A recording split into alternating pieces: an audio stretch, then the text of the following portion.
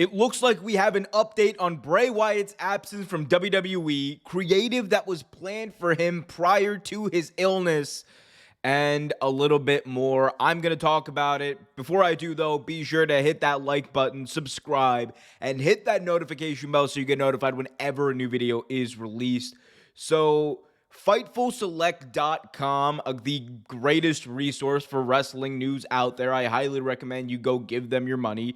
FightfulSelect.com came out with a report today about Bray Wyatt. And Bray Wyatt, of course, has not been seen on WWE TV since, I believe, February at this point. Like, his last big match was the pitch black match at the Royal Rumble. Something that was divisive amongst many fans, but of course, he's not been seen since then. He has tweeted on social media a few times. We had heard rumors and reports that he was dealing with an illness. This Fightful Select report did, in fact, phrase it in that way. They phrased it as Bray Wyatt is dealing with an illness, and prior to him dealing with an illness, according to Fightful Select, Eric Young was actually supposed to join Bray Wyatt in some creative that was planned. And originally there was supposed to be a stable around Bray Wyatt, and Eric Young was supposed to be a member of this stable. However, those plans got derailed not only because of Bray Wyatt and his illness, but also because of Eric Young and his unwillingness to work with Vince McMahon. It was reported by a few different outlets. I think PW Insider and Fightful were amongst them. But it was reported by a few different outlets that Eric Young did not want to work with Vince McMahon. And as soon as the sale to Endeavor went through, and as soon as it was revealed that Vince would be back in creative,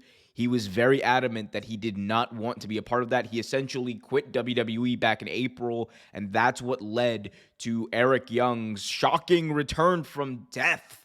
Kayfabe, but that's what led to his return to Impact Wrestling, where of course last year he was killed off in an angle. So that's an interesting tidbit from this story. But the bigger story, of course, is where is Bray Wyatt? How is Bray Wyatt? And what does all of this mean? So, of course, Eric Young now going to Impact Wrestling. It obviously means that whatever the original plans were for Bray Wyatt, even regardless of when he returns and when he gets healthy, they're out the window because Eric Young is not going to be a part of them. Could you replace him? Sure, but you would think that a group that was intended to have Eric Young in it, there's a reason you want Eric Young in that group, right? He's a very flexible and dynamic wrestling character. He can play almost any role that you want him to play. So I don't know what that means for the creative, especially with the weirdness that's going on in WWE creative, given the fact that Vince McMahon is still kind of has a little bit of power over all of that. And we know for a fact that Vince was not the biggest fan of Bray Wyatt. Like, that is an open secret. And it's part of the reason why you could argue the height of his popularity, they brought him down. Again, going back to, I believe it was Crown Jewel 2020, Bray Wyatt goes into that pay-per-view as the reigning undisputed WWE Universal Champion, and he did not leave that pay-per-view. No, he jobbed out to Goldberg in, I believe, like a minute or two, and it was one of the weirdest and dumbest booking decisions that WWE has done in recent memory, but it really did show you it showed you just how little Vince McMahon cared about The Fiend and the character that Bray Wyatt and the creative team had been working on for all those months at that point. Because they had completely reinvented Bray Wyatt. They had made him into this juggernaut, this unstoppable demon, this literal demon that I know some people didn't like, but a lot of other people really did, and you can't argue this. That thing sold merch. Those Fiend belts, they were $700 for a reason, because they were damn impressive looking belts. And it all had to do with the way that Bray Wyatt was presented on TV. And I know there are a lot of detractors. I know there are a lot of people who don't necessarily like the Bray Wyatt stuff. I will be totally honest with you.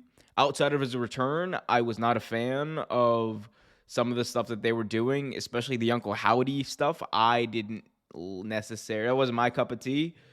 I still wanted to see where it would go because you had so many rumors. Of course, Eric Young was rumored to potentially be a part of the stable. There was rumors that Vincent from ROH was going to be a part of it. That, of course, isn't happening either.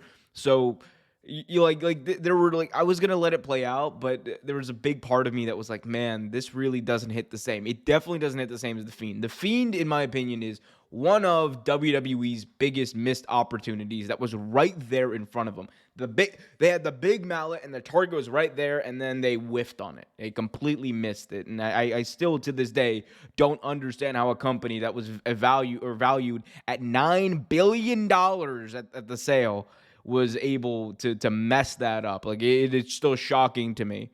Regardless, though, Wyatt is not on wrestling TV right now. He's not on WWE TV. The last tweet that he sent out was back on June 6th. And again, we just have not heard from him. We haven't seen him. And of course, like when and the reason why I don't talk about it too much outside of when we do have updates is I don't want to dwell on whatever Bray Wyatt's illness is because it has not been revealed to the public. And I don't necessarily want to, put that out there. I don't want to speculate on someone's illness because we found out, we find out like how serious these things can be. We found out, with the Keith Lee situation, there was a reason why people didn't speculate beyond it being an illness because there were serious health concerns with Keith Lee. The reason why, when Triple H had his health incident, people didn't talk about it because it was a very serious thing, and Triple H literally could have died. Think about Brody Lee. One of the best things that wrestling journalists did, one of the best things that pro wrestlers did, was not talk about the fact that he had an illness because of how serious it was. So, of course, these are one thing we have to remember, right? These are wrestlers. These are celebrities, and we want to know about them. We want to know how they're doing. We want to know all this information about them, and that's not inherently a bad thing. But one thing you can't do, one thing I won't do, is speculate on someone's health when, one, I don't know anything about it personally. Two, the person has not divulged that information, doesn't want that information out there. And three, and most importantly, I don't want to be the person, or I don't think anyone really wants to be the person who, potentially misinterprets what's going on. It's a terrible thing to do when someone's dealing with any sort of illness. I don't care what it is. So I'm not going to be that guy. I'm not going to talk about it. All I will say is I hope that Bray Wyatt gets better because the truth of the matter is Bray Wyatt on WWE TV is a lot better than Bray Wyatt not being on WWE TV. So I hope he gets back soon. I hope he is healthy, of course. That's the main concern I think everyone should have.